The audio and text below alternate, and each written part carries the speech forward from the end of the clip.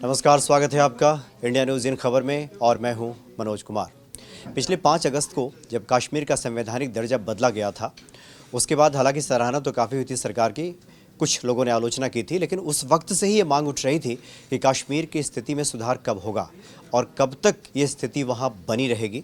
लिहाजा सरकार ने थोड़ी ढिलाई देनी वहाँ पे शुरू की। स्कूल कॉलेज 3 महीने के बाद ही सही खोले गए, 70 दिनों के बाद ही सही पोस्टपेड सेवाओं को बहाल कर दिया गया। लेकिन इस ढिलाई का कोई अच्छा नतीजा निकलता हुआ वहाँ से दिखाई नहीं दिया।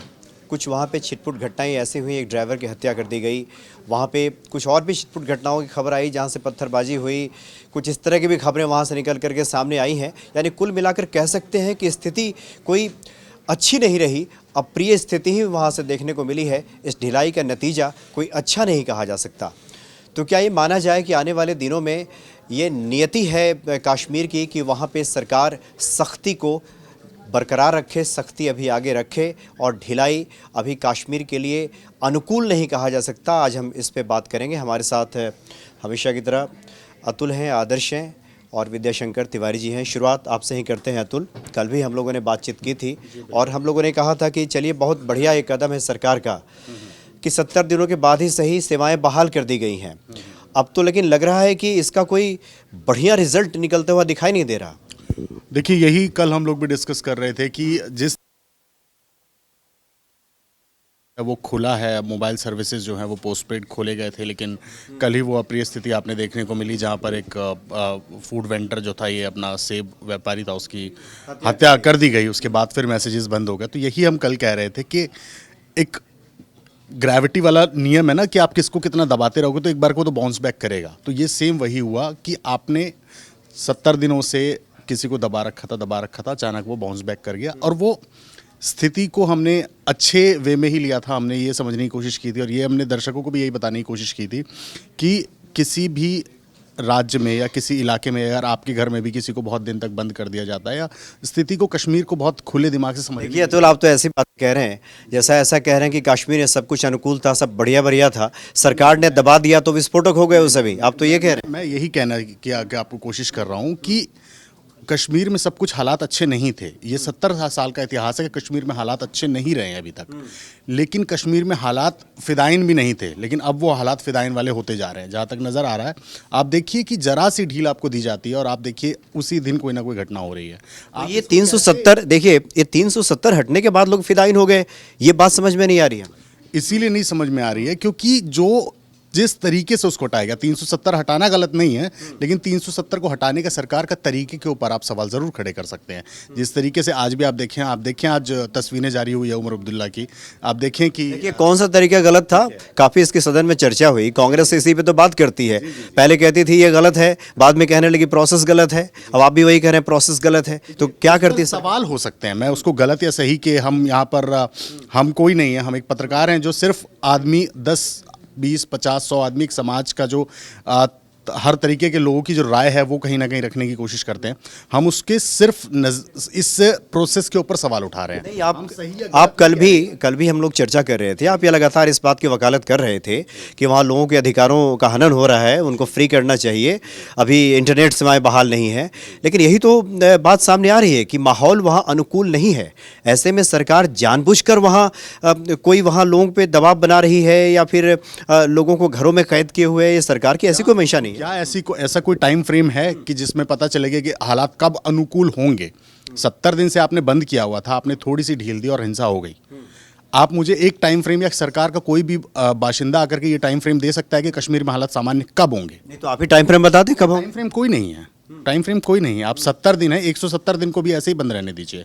जब तक आपके वहाँ पर हालात को सामान्य करने के और तरीके इस्तेमाल नहीं किए जाते या जो भी सरकार की जो भी नीतियां वो नीति निदेशक लोग बैठे हुए हैं, वो लोग जब तक भी कोई और पहल नहीं करते, किसी तरीके से सामान्य स्थिति को करने की कोशिश नहीं करते, मुझे नहीं लगता कि कश्मीर में हालात सामान्य होने वाले हैं।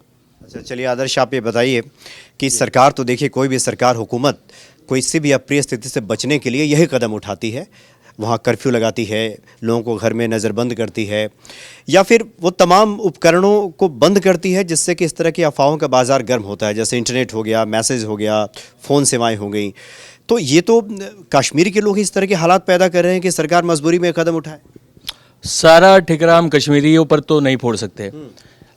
थोड़ा सा पीछे जाइए, इस 370 से पहले वहाँ पर एक सरकार चली थी बीजेपी और पीडीपी के गठबंधन में।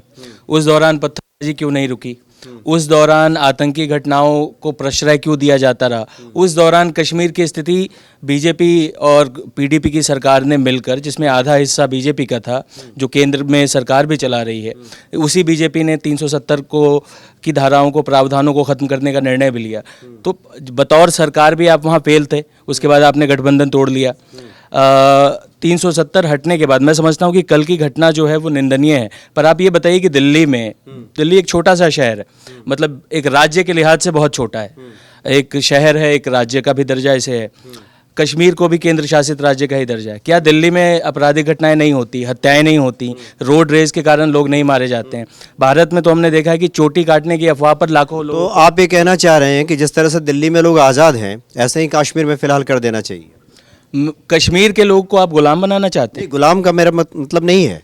हमारे कहने का मतलब है कि इस अप्रिय स्थिति को देखते हुए दिल्ली में भी अप्रिय स्थिति अगर पैदा होगी तो यहाँ भी वही कदम प्रशासन उठाएगा जो कि कश्मीर में उठा रहा है। इसमें वही टाइम फ्रेम वाली बात आती है एक, और दूसरा इसमें अहम मुद्दा है कि कल सरकार ने सिर्फ पोस्ट पेड कनेक्शन शुरू किए हैं।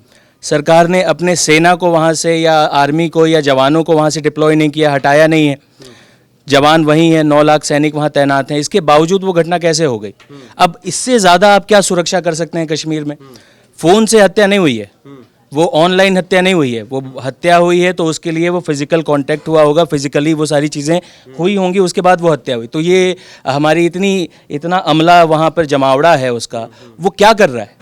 इस पर भी तो सवाल होना चाहिए कि हम इतनी सुरक्षा के बाद अगर ये घटनाएं नहीं रोक पा रहे हैं तो क्या गारंटी है कि हम भविष्य में कभी रोक तो पाएंगे? होना ही चाहिए कि फ्री कर देना चाहिए पूरी तरह से, आप ये कहना चाह रहे हैं? मैं ये चाह रहा हूँ, मेरे चाहने से कितनी चीज़ें बदलेंगी मैं नहीं जानता, लेकिन होना तो आदर्श स्थिति में यही होना चाहिए कि हम अगर कश्मीर को, और अगर क्या इसमें कोई अगर मगर की संभावना नहीं है, कश्मीर को हम भारत का अभिन्न हिस्सा मानते हैं।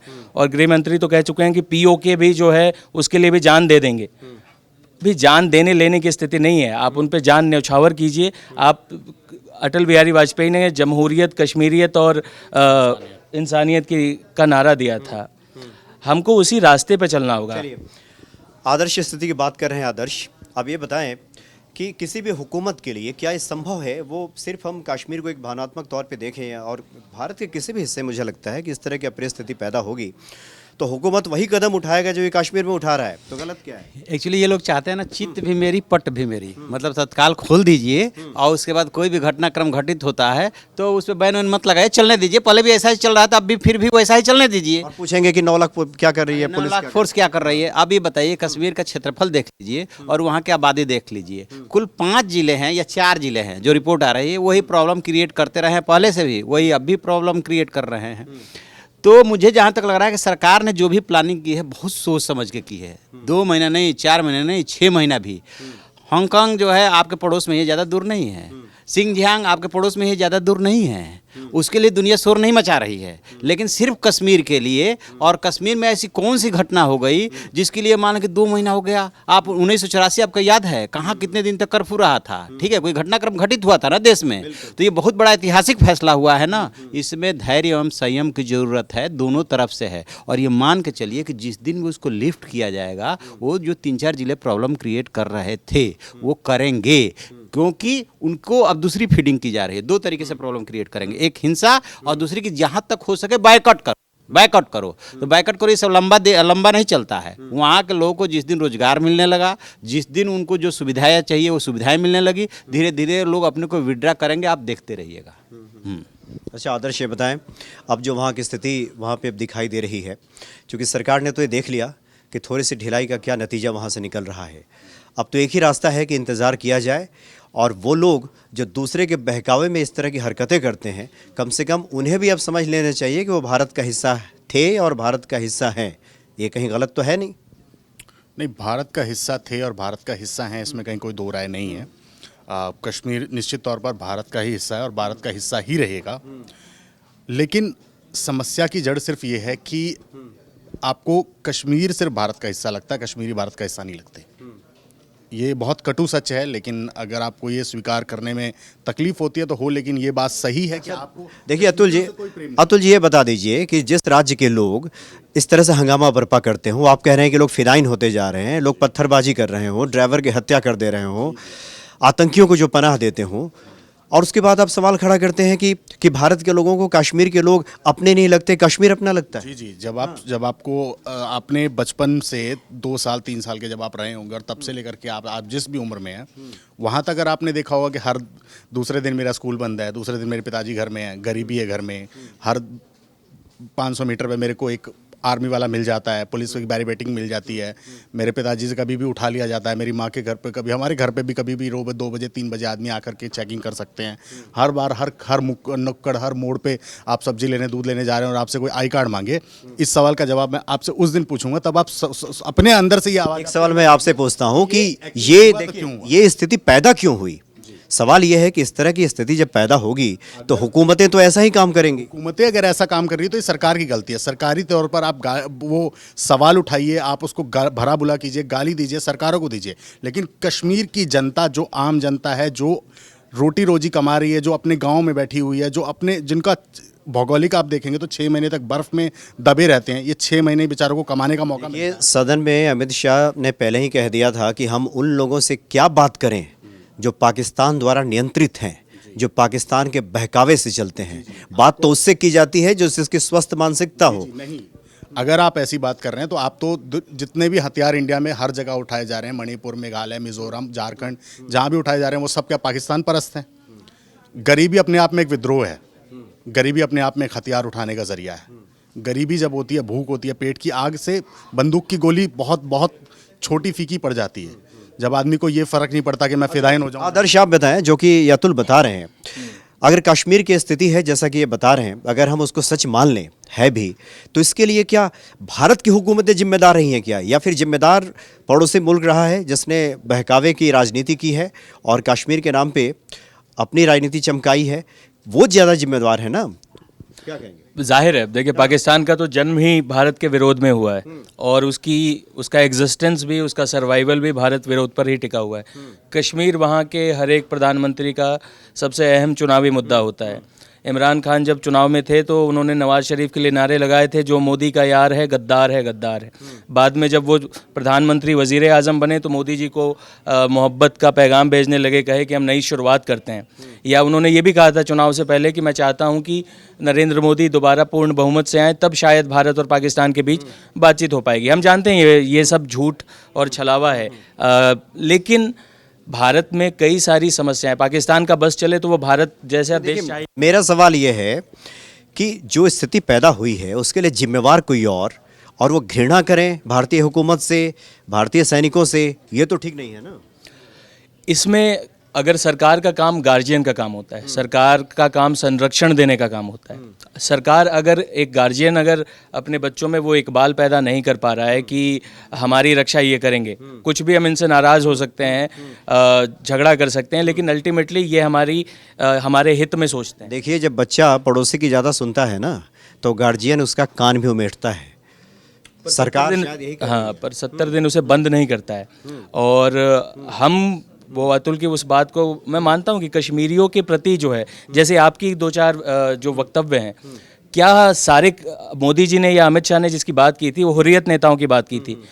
ठीक बात है, मैं पॉलिटिकल कश्मीर की समस्या के लिए सबसे बड़ा जिम्मेदार मैं मानता हूं वहां के राजनीतिज्ञों को, जिन्होंने मलाई खाई और कश्मीरियों को उस जहन्नुम में, उस जन्नत को जहन्नुम बनाने में कोई कोर कसर नहीं। तो वो हकीकत को समझें, वहाँ के जो नागरिक हैं, जो कश्मीरी हैं, और समझें कि भारत के वो नागरिक हैं और यहाँ के सैनिकों के प्रति सम्मान दर्शाना, यहाँ की हुकूमत ने जो लॉ है उसको फॉलो करना उनका कर्तव्य बनता है। चलिए आखिरी कमेंट आपसे ले लेते हैं कि जो स्थिति वहाँ पे बन रही है, अभी तो यही लग रहा है कि अभी ये जो मसला है खींचेगा, वहाँ पाबंदियाँ भी जारी रहेंगी।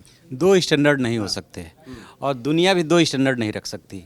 हमें जो पाकिस्तानी इस मामले को तूल दे रहे हैं वो उनको सिंजियांग नहीं दिखाई देता है। वहाँ मुस्लिमों के साथ अत्याचार नहीं हो रहा है। अभी सीरिया में कुर्दों के साथ टर्की क्या कर रहा है, वहाँ पे शोर नहीं मच रहा है, लेकिन सिर्फ कश्मीर का, चूंकि इसमें हिंदू मुस्लिम का एंगल लाया जा रहा है, कश्मीर घाटी में मुस्लिम बहुल है, तो सारे मानवाधिकार आकर के कश्मीर पे लागू हो जाते हैं। ठीक है, 2 महीना ऐसे लग रहा है जैसे इतिहास का कितना बड़ा कालखंड हो, पता नहीं क्या हो गया, आसमान टूट गया है। ठीक है, 2 महीना नहीं, 2 साल भी यदि प्रतिबंध लगाने पड़े ना, हम भी वहां पे रहते ना, तो इस प्रतिबंध को झेलने के लिए तैयार रहना चाहिए। सरकार क्या करे, सरकार ने डिसीजन ले लिया, 70 साल की भूल को एक सुधार दिया, उसके बाद से क्या करे, वहां पे नरसंहार करा दे, बैन ना लगाए।